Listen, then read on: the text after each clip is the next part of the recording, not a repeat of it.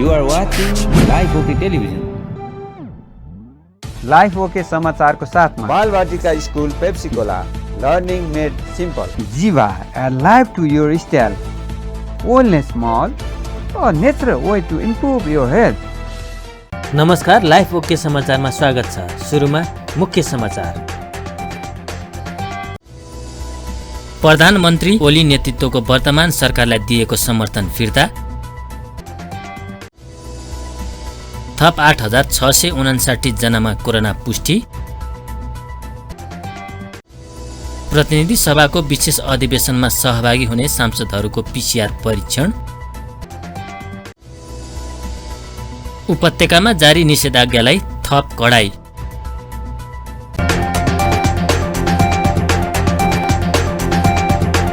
अब समाचार विस्तारमा। नेकपा माओवादी केन्द्रले प्रधानमन्त्री केपी शर्मा ओली नेतृत्वको वर्तमान सरकारलाई दिएको समर्थन फिर्ता लिएको छ। बुधबार माओवादीले सरकारलाई दिएको समर्थन फिर्ता लिएको औपचारिक जानकारी संसद सचिवालयलाई गराइएको हो। माओवादी अध्यक्ष पुष्पकमल दाहाल प्रचण्डले हस्ताक्षर गरेको समर्थन फिर्ताको पत्र माओवादी केन्द्रका प्रमुख सचेतक देव गुरुङले संसद सचिवालयका सचिव गोपालनाथ योगीलाई बुझाउनु भएको थियो। पत्रमा प्रतिनिधि सभा विघटन गर्ने आफ्नो कदम सर्वोच्चले खारेज गरेपछि राजीनामा गर्नुको सट्टामा थप संविधान उल्लङ्घनमा प्रधानमन्त्री ओली लागेको उल्लेख गरिएको छ। कोरोनाको दोस्रो लहरसँग जुझ्ने सन्दर्भमा असक्षमता प्रदर्शन गरेको र राष्ट्रियताको मुद्दालाई सौदाबाजीको विषय बनाई देशलाई बाह्य शक्तिको क्रीडा स्थल बनाउँदै लागिरहेको तथा लोकतान्त्रिक र संसदीय मान्यता विपरीत अध्यादेशबाट शासन चलाउने निरङ्कुश अभ्यासतिर उद्धत हुँदै गइरहेको समेत पत्रमा उल्लेख छ।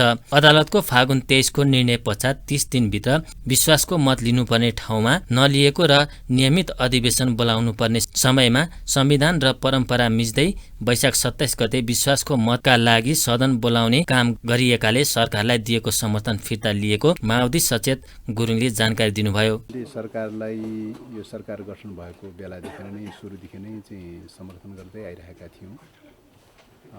तर अहिले पछिल्लो समयमा आइपुग्दाखेरि सम्माननीय प्रधानमन्त्रीज्यूले संविधान विपरीत खालका संवैधानिक काम कारबाहीहरू चाहिँ धेरै गर्दै जानुभयो। लोकतान्त्रिक मूल्य मान्यताहरूको उल्लङ्घन गर्नुभयो। संसद भङ्ग गर्नुभयो। पौष 5 गते सर्वोच्च अदालतले त्यसलाई चाहिँ अवैधानिक भनेर चाहिँ असंवैधानिक भनेर ठहर गर्दाखेरि पनि चाहिँ उहाँले रिजाइन गर्नु भएको छैन। हामीले अविलम्ब रिजाइन गर्नुहोस् भनेर आग्रह गऱ्यौँ, तर गर्नु भएन। पछिल्लो समयमा 23 गते चाहिँ फाल्गुन 23 गते सर्वोच्च अदालतले दल विभाजन गरिदियो। दल विभाजन गरिदिइसकेपछि 30 दिनभित्रमा विश्वासको मत लिनुपर्ने, त्यो पनि लिनु भएन।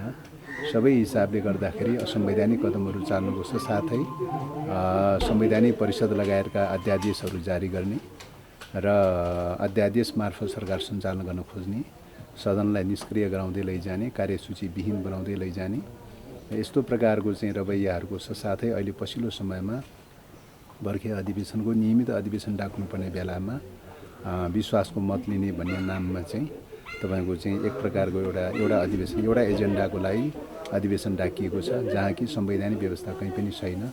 संवैधानिक व्यवस्था अनुसार सरकारले नियमित अधिवेशन डाक्ने व्यवस्था छ, विशेष अधिवेशन डाक्ने व्यवस्था छैन। विशेष अधिवेशन डाक्ने व्यवस्था भनेको तपाईँको 25% सांसदहरूले मात्रै डाक्ने व्यवस्था हो, सरकारले चाहिँ डाक्ने व्यवस्था होइन। सरकारले त जतिखेर चाहिँ पनि रेगुलर अधिवेशन डाक्न पाउँछ, रेगुलर एजेन्डाहरू राख्न पाउँछ। त त्यस कारणले गर्दाखेरि चाहिँ त्यो ढङ्गले संविधान प्रतिकूल ढङ्गले चाहिँ कदमहरू जो चाल्दै गइरहनु भएको छ, यी सबै कारणले गर्दाखेरि उहाँकै सरकार निरन्तरतामा रहिरहँदाखेरिको अवस्थामा यो राष्ट्रियता र लोकतन्त्र र यो जनजीविका लगायतका सबै मुद्दाहरूमा, सबै इस्युहरूमा गम्भीर खतरा पर्दै गएर प्रकारान्तर रूपले राष्ट्रिय स्वाधीनताकै मुद्दा गम्भीर खतरामा पर्दै गइरहेको हुनाले चाहिँ हामीले यो समर्थन फिर्ता गर्नुपर्छ भनेर चाहिँ आजको मितिदेखि लागू गर्ने गरिकन समर्थन फिर्ता गरेका हौँ। माओवादीले समर्थन फिर्ता लिएसँगै ओली नेतृत्वको सरकार अल्पमतमा परेको छ। प्रधानमन्त्री ओलीले वैशाख 27 गते विश्वासको मत लिने प्रायोजनका लागि राष्ट्रपतिबाट प्रतिनिधि सभाको विशेष अधिवेशन आह्वान भइसकेका बेला मंगलबार माओवादीले समर्थन फिर्ता लिने निर्णय गरेको थियो। नेपालमा बुधबार थप 8,659 जनामा कोरोना पुष्टि भएको छ।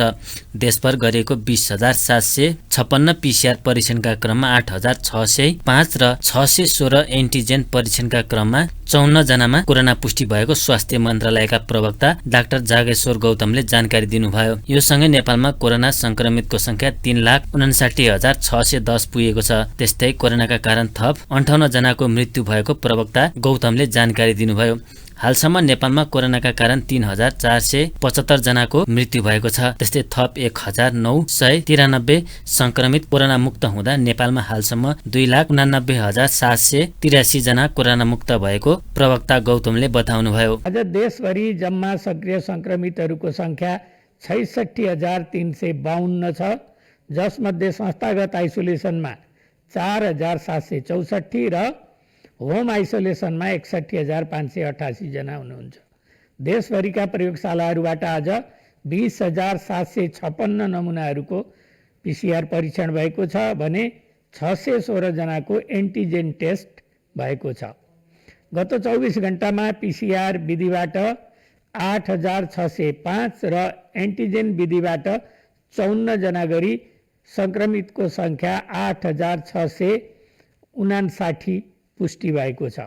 आज काठमाडौँ उपत्यकाभित्र भक्तपुरमा 458, ललितपुरमा 518 र काठमाडौँमा 3,849 गरी जम्मा 3,835 संक्रमण पुष्टि भएको छ। देशभरिमा 381 जना क्वारेन्टाइनमा रहनुभएको छ। आज संक्रमणका कारण 58 जनाको दुःखद निधन हुन पुगेको छ। गत 24 घण्टामा कोभिड-19 संक्रमण मुक्त भई 1,993 जना डिस्चार्ज हुनुभएको छ। हालसम्मको कोभिड-19 संक्रमणबाट मुक्त हुने दर 80.6% रहेको छ। उहाँहरूको उपचार तथा हेरचाहमा संलग्न सम्पूर्ण चिकित्सक, नर्स, स्वास्थ्यकर्मी तथा अन्य सहयोगी शुभेच्छुकहरू सबै धन्यवादका पात्र हुनुहुन्छ। हाल 66,352 जना सक्रिय संक्रमित आइसोलेसनमा छन् भने 381 जना क्वारेन्टाइनमा छन्। हालसम्म 25,58,051 वटा पीसीआर परीक्षण गरिएको मन्त्रालयले जनाएको छ। प्रतिनिधि सभाको विशेष अधिवेशन नजिकै गर्दा सहभागी हुने सांसदहरूको पीसीआर परीक्षण गरिएको छ। कोरोना संक्रमण दिनहुँ बढिरहँदा बुधबार संसद सचिवालयले संसद बैठकमा सहभागी हुने नेताहरूसँगै पत्रकारहरूको पीसीआर जाँचका लागि स्वाब संकलन गरिएको हो। बानेश्वर स्थित संसद भवनको लहौत्से हलमा बुधबार बिहानसम्म सभामुख अग्नि सापकोटा, एमाले नेता माधव कुमार नेपाल, योगेश भट्टराई लगायत सांसद साथै कर्मचारीहरूले कोरोना परीक्षण गरेका छन्। मन्त्री परिषदको गत आइतबारको बैठकको सिफारिसमा राष्ट्रपति विद्यादेवी भण्डारीले वैशाख 27 गते सोमबार दिउँसो 1 बजेका लागि प्रतिनिधि सभाको अधिवेशन आह्वान गर्नुभएको छ।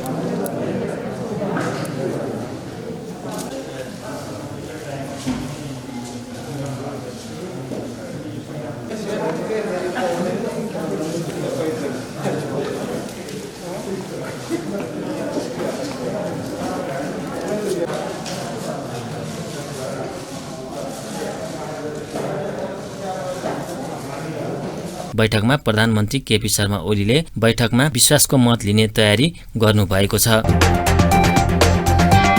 काठमाडौँ उपत्यकामा जारी निषेधाज्ञालाई बुधबारबाट थप कडाई गरिएको छ।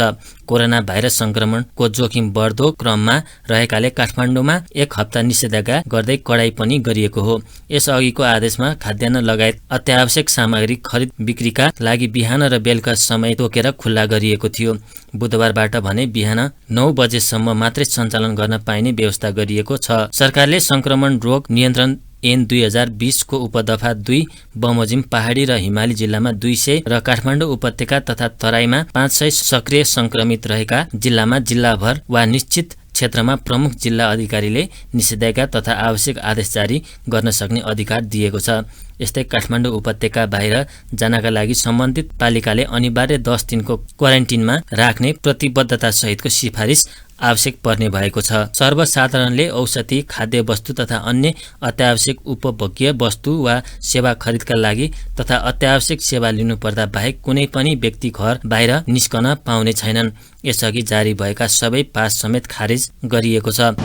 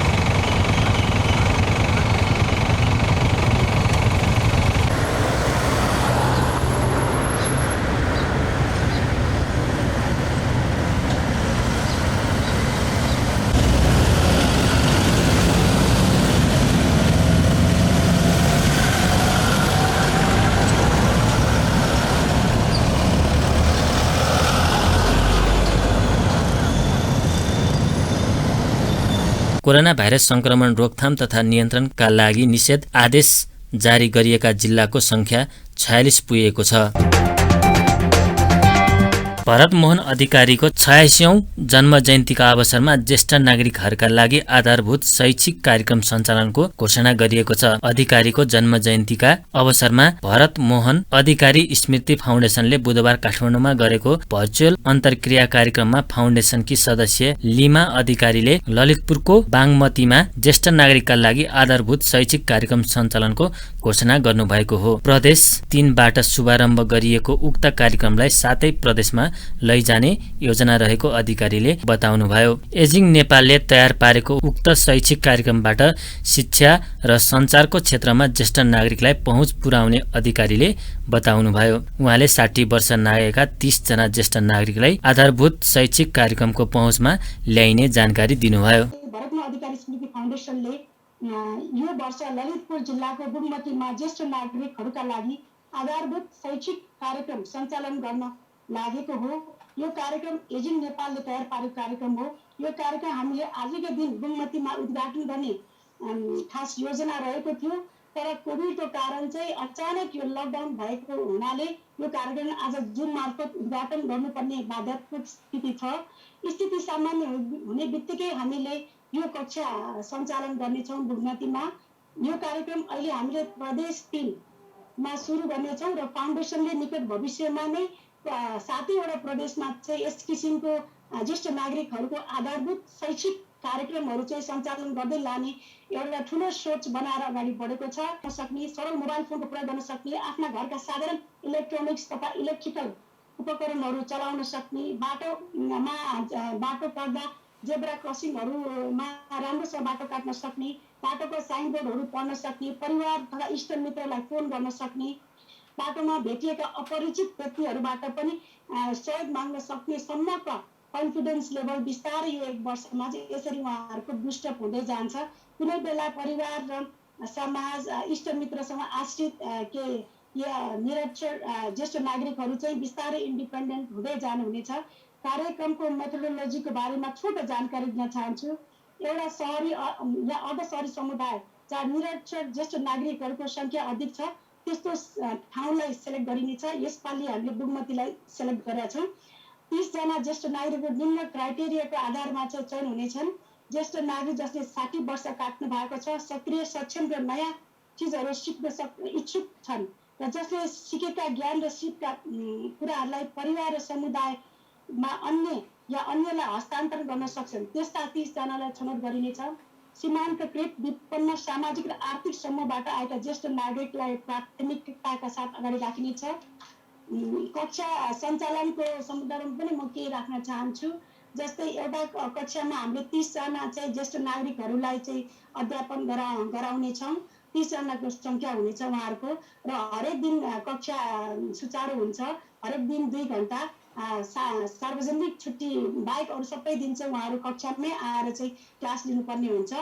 कक्षा सञ्चालनको लागि 1 जना कोअर्डिनेटर तोकिनेछ, 1 जना प्रमुख शिक्षक तोकिनेछ जसको चाहिँ क्राइटेरिया एउटा ब्याचलर्स डिग्री पास गरेको हुनुपर्ने उहाँले र कम्तीमा 2 वर्षको टिचिङ एक्सपिरियन्स भएको लोकल कम्युनिटीबाट सेलेक्ट गरिनेछ। उहाँले चाहिँ नेपाली तथा लोकल ल्याङ्ग्वेजमा उहाँ भोकल हुनुपर्ने छ। यो चाहिँ टिचर्स मेन टिचरको क्राइटेरिया हो र 1 जना सहायक टिचर पनि हुनुहुन्छ। कक्षामा 2 जना टिचर हुन्छ, एउटा प्रमुख एउटा सहायक। सहायक शिक्षकको चाहिँ +2 गरेको योग्यता हुनुपर्ने र 2 वर्षको टिचिङ एक्सपिरियन्स भएको लोकल कम्युनिटीबाट सेलेक्ट हुनुहुनेछ र नेपाली तथा लोकल ल्याङ्ग्वेजमा दखल हुनुपर्ने उहाँ पनि। प्रमुख शिक्षक तथा सहायक शिक्षकलाई एजी नेपालले डेभलप गरेको शिक्षण पद्धति तथा पाठ्य पुस्तकका बारेमा पनि 2 दिने तालिम दिइनेछ। अब म छोटो चाहिँ यो क्लासरुमको बारेमा थोरै जानकारी गराउन चाहन्छु। जस्तै एउटा क्लासमा 1 जना कोअर्डिनेटर, 1 जना मेन टिचर, 1 जना असिस्टेन्ट सहायक टिचर अनि हामीले चाहिँ टिचिङ मटेरियलहरू 12 महिनाको लागि उपलब्ध गराउनेछौँ। राइटिङ कपिजहरू, टेक्स्ट बुक्सहरू, इङ्ग्लिस। शिक्षाको कमीले स्थानीय कार्यक्रमबाट पनि वञ्चित हुनु परेको अवस्थामा आधारभूत शैक्षिक कार्यक्रम सञ्चालन गर्न लागि फाउन्डेसनले जनाएको छ। नेपालमा ज्येष्ठ नागरिकलाई दिने वृद्ध भत्ता कार्यक्रम पछि कुनै पनि कार्यक्रम आउन नसकेको गुनासो अधिकारीले गर्नुभयो। कोरोना संक्रमणका कारण बिहिबारबाट अन्तर्राष्ट्रिय उडान बन्द हुने भएपछि बुधबार त्रिभुवन अन्तर्राष्ट्रिय विमानस्थलमा यात्रुहरूको भिड लागेको छ।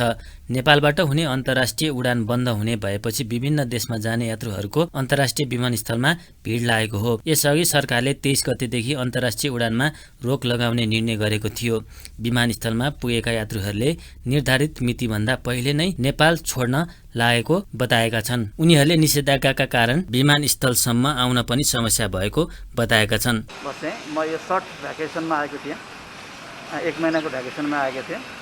यो पेन्डेमिक सिचुएसनको कारणले गर्दा फिर चाँडै फर्किनु पर्यो। मेरो 18 दिन जति बाँकी थियो। फेरि नेसनल फ्लाइटको कारणले गर्दा यो प्रिकसनको कारणले गर्दाखेरि सेफ्टी प्रिकसनको कारणले गर्दाखेरि म चाँडै फर्किँदैछु है। हाम्रो जहाँसम्म लाग्छ हाम्रो नेपालमा पनि अहिले यहीँ मेरो काठमाडौँ नै हो घर, काठमाडौँमै हो यो घर। मलाई जति पनि राम्रो लाग्यो हाम्रो यहाँको प्रहरी दाजुभाइहरूले आफ्नो अथोरिटीहरूले जति पनि सहयोग गर्नुभएको छ यो प्रिकसनको लागि चाहिँ सहयोग गर्नुभएको छ, एकदमै खुसी छु म। एक्चुअली मलाई चाहिँ के लाग्छ, हजुरको जो बाहिरबाट आउने साथीहरू हुनुहुन्छ, जहाँबाट बाहिरबाट जस्तो अरू दुर्गम जिल्लाबाट आउने साथीहरू हुनुहुन्छ, उहाँहरूलाई त अवश्य पनि यो परेको छ, समस्या परेको छ। हामी काठमाडौँवासीहरूलाई त खासै त्यस्तो समस्या छैन। तर तर बाहिरबाट जति पनि बाहिरबाट आउनु भएको छ उहाँहरूलाई चाहिँ अफकोर्स उहाँहरूलाई गाह्रो भएको छ। 16 गतेदेखि 1 हप्ताको लागि जारी भएको काठमाडौँ निषेधाज्ञा पुनः 1 हप्ता थप गरिएको छ। लगातार 2 दिन बढेको सुन चाँदीको मूल्य घटेको छ। सुन तोलामा 300 रुपियाँले ओह्रालो लागेको छ। यस दिन छापालो सुन प्रति तोला 90,300 रुपियाँमा कारोबार भइरहेको नेपाल सुनचाँदी व्यवसायी महासंघले जनाएको छ। यस्तै तेजापी सुन प्रति तोला 89,800 रुपियाँमा किनबेच हुँदैछ। सुनसँगै चाँदीको भाउ पनि ओह्रालो लागेको छ। यस दिन चाँदी तोलामा 5 रुपियाँले घट्दा प्रति तोला 1,320 रुपियाँमा खरिद बिक्री भइरहेको महासंघले जनाएको छ। साताको चौथो कारोबार दिन नेप्से सूचकमा सामान्य गिरावट देखिए पनि हाइड्रो पावर कम्पनीहरूमा भने लगानीकर्ताको आकर्षण कायमै रहेको देखिएको छ। विगत केही दिनदेखि लगातार बढिरहेको हाइड्रो पावर उपसमूहको सूचक 1% भन्दा धेरैले बढेको छ। उच्च शेयर मूल्य बढ्ने कम्पनीहरूमा हाइड्रो पावर कम्पनीको बाहुल्यता धेरै छ।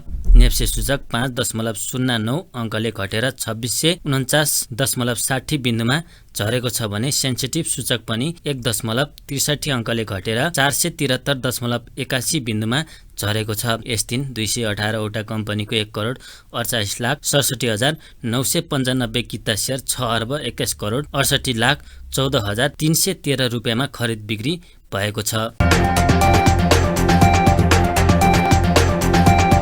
अन्त्यमा प्रमुख समाचार फेरि एकपटक। प्रधानमन्त्री ओली नेतृत्वको वर्तमान सरकारलाई दिएको समर्थन फिर्ता। थप 8,659 जनामा कोरोना पुष्टि। प्रतिनिधि सभाको विशेष अधिवेशनमा सहभागी हुने सांसदहरूको PCR परीक्षण। उपत्यकामा जारी निषेधाज्ञालाई थप कडाई।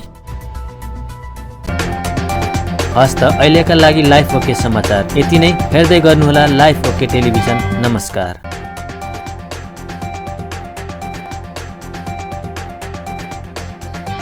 लाइफ ओके समाचारको साथमा Balvatika school Pepsicola learning made simple. Jiva a life to your style, wellness mall, a natural way to improve your health.